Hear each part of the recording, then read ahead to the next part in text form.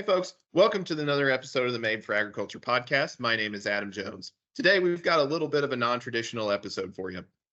A couple weeks ago, I had the opportunity to get out in the field and do a presentation on soil form and function to a group of growers in our trade territory outside of Centralia, Missouri. So we're talking kind of central Missouri here. Had some really nice back and forth, but before we just kind of drop the video or drop the audio, I wanted to kind of preface it a little bit with this video, just saying that this is a live event. So I certainly have some back and forth, some conversation with some folks that are in the crowd or around kind of where we're talking about soil management practices. So if the audio is at all messed up, or if you lose me for a second or whatever, I'm probably listening to somebody in the field. But I think that overall it turned out great, and we've had some feedback. Some folks kind of requested for us to put it out there. So just wanted to preface it by that. Also, I'm certainly no soil scientist, so I don't go that in depth into some of those things, but I definitely am a student of soil function and how to make the system work better to grow a better crop. And so that's mainly what we're going to cover in this video. So anyway, many thanks to Marty Bound for hosting us out there that evening, and many thanks to Logan Locke for getting such a good video of the event. So I hope you guys enjoy this, and we'll talk to you next episode. Thanks. My name's Adam Jones. I'm district sales manager in Northeast Missouri. Prior to that, I was conservation specialist for MFA, or conservation agronomist for MFA, for about 4 years out of Columbia. I farm about 400 acres in southeastern Lewis County, so north of Palmyra, 10 miles or so, somewhere in there. I always say in my lack of spare time, that's what I do. So anyway, I play around with stuff all the time, and really kind of geek out on some soil management stuff.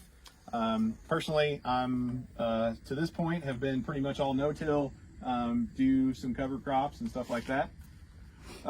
So got quite a bit of experience in messing around with all aspects of that in different parts of a corn soybean rotation. So anyway, that's not necessarily what I want to talk about here, unless that's what you guys want to talk about. But I do want to go over some stuff, just kind of, we've had a fairly challenging year, and I feel like it's a really good chance for us to get in here and kind of poke around and look and think about some things that we could do differently or manage differently going forward. So pretty cool. I assume all you guys are fairly local here and are farming on a claypan. Okay. So I'm sure you've heard that 1,000 times, and maybe you've dug giant holes in your field and you know exactly what we're talking about, and maybe you haven't. But it's pretty evident here, right? So most of central Missouri, and as you get into kind of north central Missouri, is going to have a clay pan, basically a restrictive layer at depth. So you can see it right here where Logan's at. But pretty much, this guy right here is what keeps us from being Iowa. Okay. So when you look at the difference between some of the most highly productive ground in Iowa, Illinois, some of the I states, and Missouri, really the difference is not necessarily, it is the soil type, but it's more total rooting depth and total moisture holding capacity, right? Their yields are extremely predictable because their corn roots can explore the top 36 inches for moisture, nutrients, whatever they may need, right? Whereas your corn roots can fully explore the top 10.5 inches. Okay. So it's a big difference when we think about nutrient availability, when we think about water availability, and all that kind of stuff to that plant. So I'm sure you guys have seen some washouts and some stuff like this. If we get less than this, you're going to see those areas in the field. I bet we could drive around Boone County, Audrain County, and pick them out right now, right? Because if you get down to where you've only got a couple inches of this over top of your clay pan, then you're very moisture starved. Okay, so that's called Randolph County. There you go. Excellent, Randolph County. No, you're exactly right. You're exactly right. So that's the issue. So we're actually on an ADCO silt loam here. Mexico is probably your most common soil type. It's also one of the most erosive soils in the state of Missouri, a Mexico silt loam. Yeah. Lucky you guys. But anyway, so it's definitely something to think about, and there's old wounds that you can certainly see out there. So really what I kind of want to talk about and cover is how do we manage nutrients and moisture content in that much as best, the best we possibly can. So, I mean, I'll show you kind of what I'm talking about here. You can go below that, and I'm not saying that you won't find any roots. You will find some really fine little hair root type stuff in that below, kind of below the clay pan, and this one came from over there below the clay pan. But that plant's not going to be able to really penetrate that with any sort of main root system. So V-ripper. a V-ripper. So you can temporarily chunk that clay pan up, but that restrictive layer is going to fall right back down there and be there. Yeah. So when you see these roots hanging over here, this is like when he took the shovel and went through here to dig this dirt out. These guys were laying horizontally on top of that clay pan. So these guys weren't hanging down through there. I mean, I wish we could penetrate the clay pan with a root like that, but you're just not going to. So, and actually, again, when you look at some of the I states and when you think about some of the ways that they figure nitrogen recommendations and all those kind of things, and why those nitrogen recommendations don't necessarily work in Missouri, that's a main reason, right? Because that plant's only going to uptake nitrogen where it has the bulk of its root system. And so, again, for us, we've got 15 inches of soil for it to explore to try to pull its full nitrogen needs, whereas in Iowa, they've got 36 inches of soil to explore. So that's one thing that makes nitrogen recs so hard to hit 100%, is because that depth of root exploration is something that is very hard to predict with compaction layers, soil type differences, soil type changes across the field. So that's something I wanted to cover real quick. This looks actually really good. So what I'm looking for here a lot of times is compaction layers, right? So when they say dry years kind of accentuate any issues and things like that, a lot of times what we're talking about is compaction, right? Anybody got compaction problems? I do. So yeah, absolutely. So what causes compaction? What do you feel like is the greatest contributor of compaction on your place? Turn row. Wheel traffic. Grain cart. Grain cart. Damn grain carts. That's right. Yep. What else? Working too wet. Tillage. Yes. Tillage can cause compaction. Absolutely. One more thing I'm looking for. Last group couldn't come up with it. So if you guys are better. Excessive moisture. Excessive moisture. That is extremely close to what I'm thinking. Rainfall, right? Rainfall on bare soil. That causes compaction. Okay?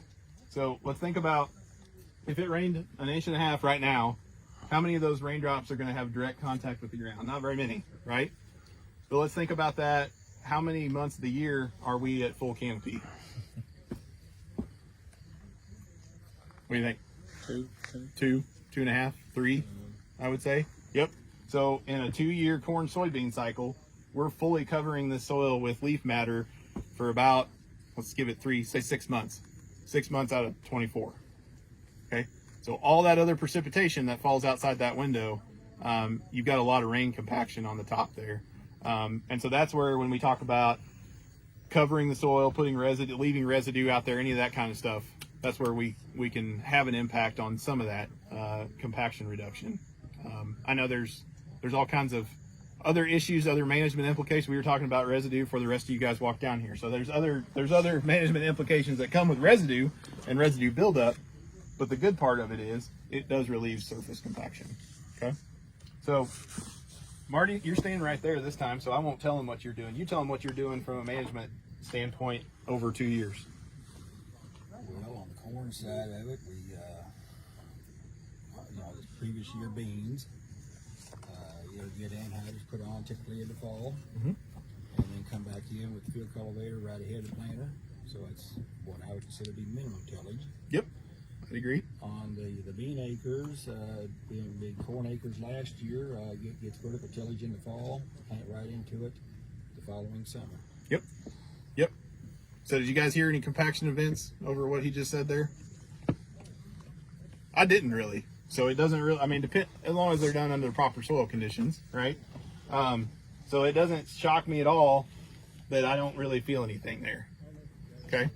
Because if he's running a true vertical till, which means we can't turn those disc gangs and make a disc out of a vertical till machine, because we will scrape and create a tillage floor there. But if we're running a true vertical till, that's not necessarily a compaction causing pass. The rest of that is shank tillage, which a lot of times, unless it's extremely too wet, you're not going to cause compaction in that way either. So how do we relieve compaction? We're going to say cover crops. That's not what I was going to say. Okay. No till. Not right on it. So a lack of tillage is actually not going to relieve compaction. Time. Yep. Freeze thaw. Right. Dry cracks in the ground. Those relieve compaction. Deep tillage and straight. Deep tillage. Yep. Can temporarily relieve stuff. It's just a matter of do we have enough structure to build upon that after that deep tillage happens, or does it all kind of just fall back in on itself and create more compaction? So there was basically three things. So you got tillage is good, time, that's good, and the last one I'm going to mention is roots. And I brought these guys just because I think they're so darn interesting. What is this?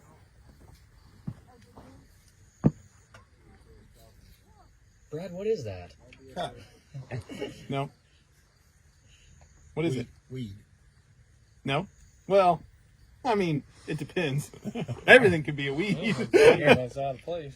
Anything can be a weed if it's out of place. What is that? I like to shoot doves. This is a sunflower. Okay?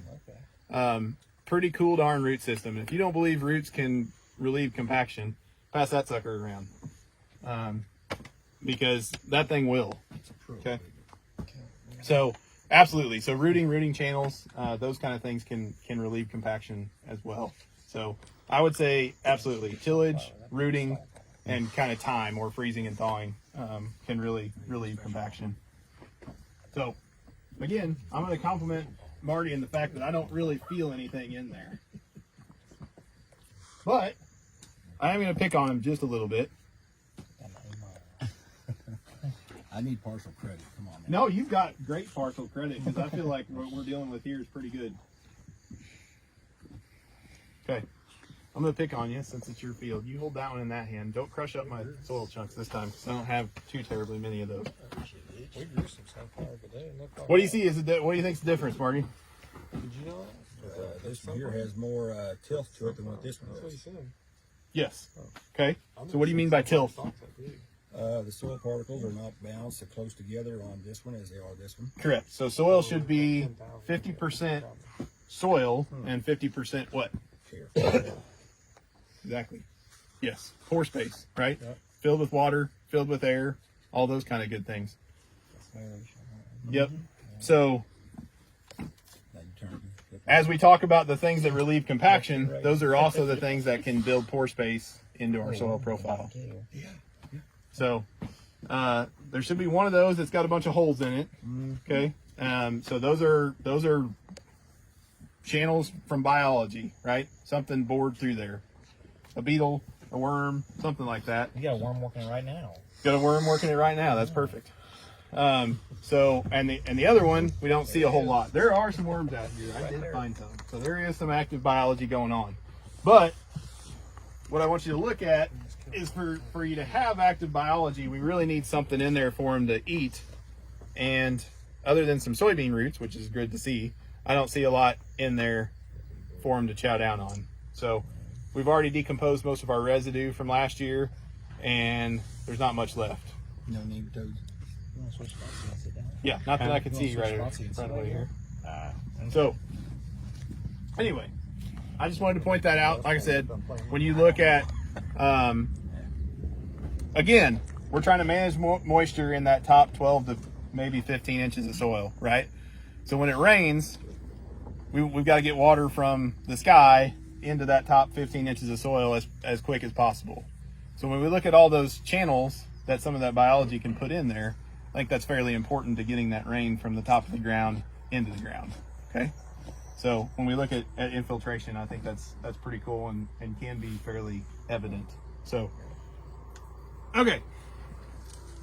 Other questions on that? Comments on that? Agree? Agree? Disagree? Yeah. Okay. Okay.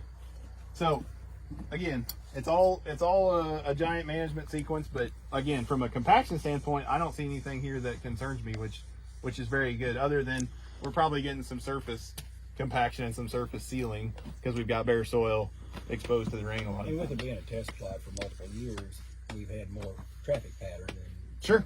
than Absolutely. than normal field. Yep.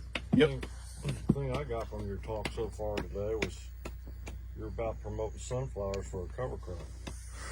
Not necessarily. I just think it's interesting. So when you want to look at Are these all sunflowers? yeah, those are all sunflowers. So when you say when you hear folks say that roots will break compaction, that's true and not true. So it's like from a cereal rye standpoint, I mean, or a wheat standpoint, that's a cereal grain with a fibrous root system. Are you going to create root channels? Yeah, small ones. Are you you're gonna follow a lot of biological, pores through the soil system? Are you really going to break compaction with that? No, probably not. And so the reality is, can roots break compaction? Yes. But do you have to do something fairly severe to create that? Yeah. And you're probably not going to do it with a real small or kind of the wrong species composition on a cover crop scenario. So people talk about tillage radishes and that stuff can. That's more of a tap-rooted system, but you really need tap-rooted plants to break compaction. I guess corn is probably the one reasonable exception to that just because it has such mass in its total root system. But yeah, so there's a little fallacy to some of that cover crops can break compaction thing. They're more preventing compaction by breaking up rainfall that's falling, honestly. So yeah, I live in the real world, which is not typically at one end or the other. It's, so, okay. All right. So I brought a corn stalk there, and Logan checked me. I did not bring you guys tar spot, so you're welcome.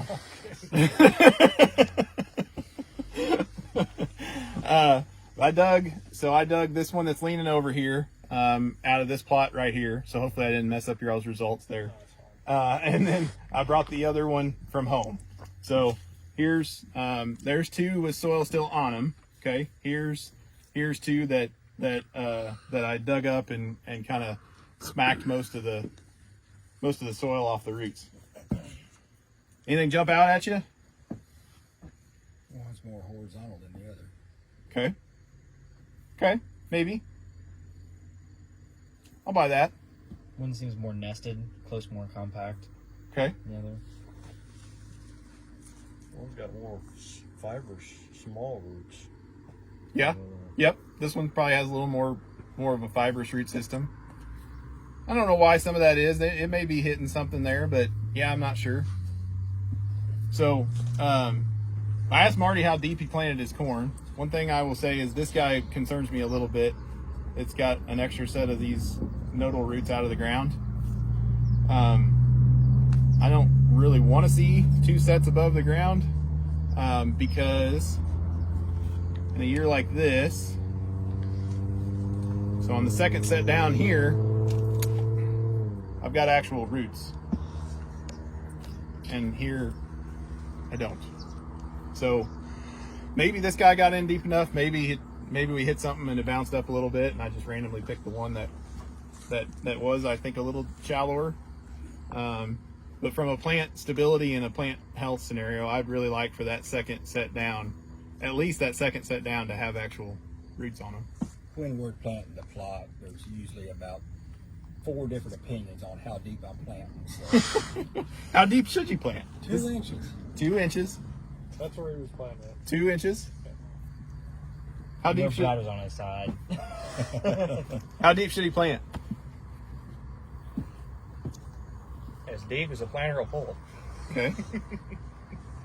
depends on the planter. Possibly, I might agree with you. How deep should you plant? Does everybody agree with 2 inches? A lot of debate out there. So I don't Well, I'm not hearing any. I got a boy tells me 3 all the time. Okay. Where I grew up east of here, we had a little bit different prairie soil. Uh-huh. We would plant 2.5 to 3 inches deep. Yep. But in my experience and with working with growers here, we don't have as much success at that depth. Yep. Now this year, as dry as it got, You'd have been fine. we'd have been better off if we'd have been a little bit deeper. Mhm. But you just don't know. once in a 10-year plan. You don't know where that situation Yep. is going to fall. Yep, it's hard to know. So I hear people say that you should. Yeah, I've heard the 3-inch plus thing. I'm not on that bandwagon, necessarily. But I am on the north side of 2 inches, I guess. This was 2 3/4. Again, this year, being it was already dry when we were planting corn.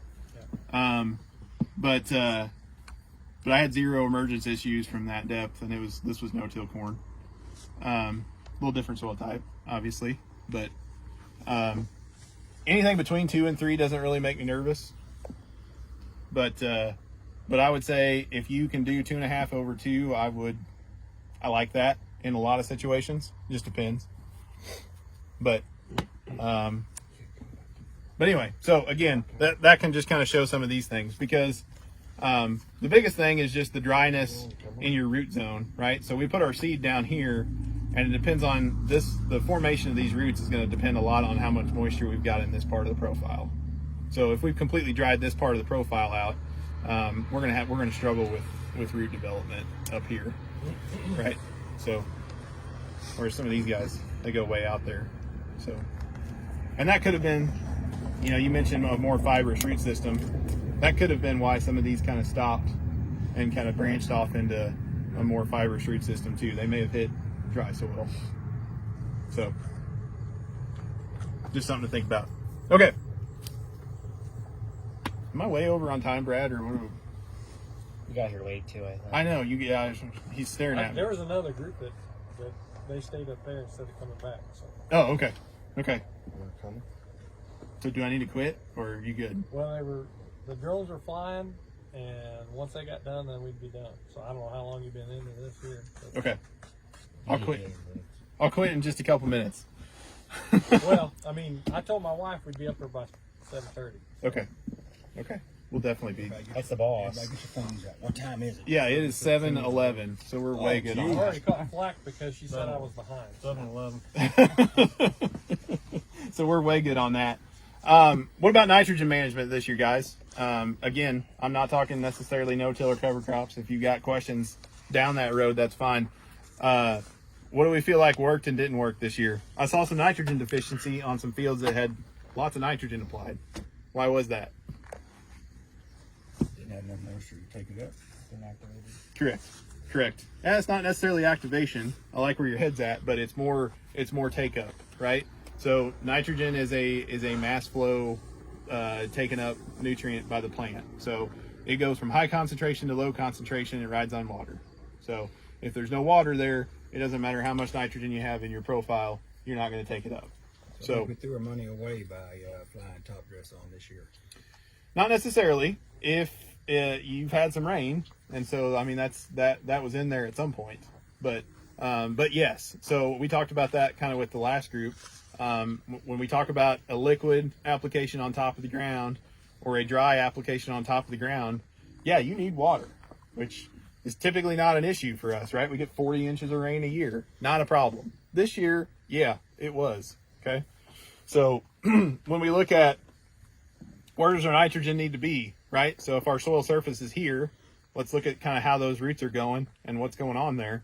So yeah, you're going to need some water to get it down there. And it goes exactly back to what we were talking about before, is how do we set up our soil system to maximize infiltration? Because how does it get from here to there? Water, right? If water runs off, it ain't getting there. So just, I mean, as a general rule, just something to think about. So what's the magical depth to apply in habits here? Typically 6 to 8 inches. It's kind of what we want, where we want to be. And so that applied in the fall, I mean, you're in good shape here. Okay. But again, you can run dry. It's just a matter of getting enough rain to get it into the soil profile. So this had 2 applications of Super U is all it had. No anhydrous. Probably the most challenging year for that nitrogen program I could have picked, but it worked. So I think it worked better later in the year. yeah, Putting on, correct. we put on airplane. Yep. It works. Yep, absolutely. I am not a big side dress anhydrous guy, just because I feel like a lot of times, unless you're doing it at like V2 or V3, not that many people do that anymore, but I did see some of it done this year. I just don't like shanking off a bunch of roots and shooting a bunch of gas in there right next to roots at that growth stage. That's just a me personally thing. I'm okay with liquid if you really want to handle it, but obviously the easy button is flying it on, putting it on with a top dress machine, something like that. Works really good. Obviously you gotta have rain. Where we got hurt the worst was putting wheat fertilizer on. Yep. This spring. Put it on pretty early, but we never took it up. Yeah.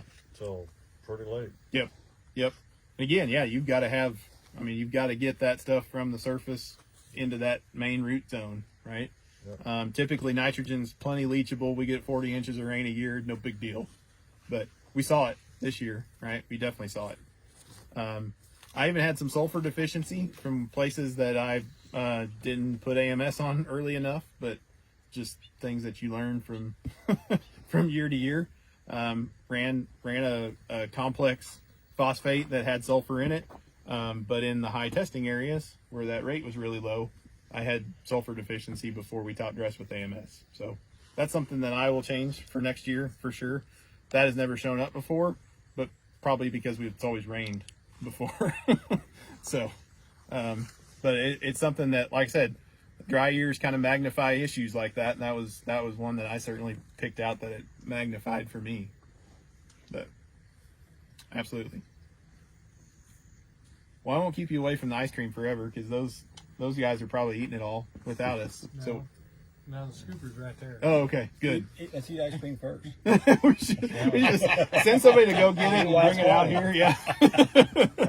You eat vanilla, it's on the tractor.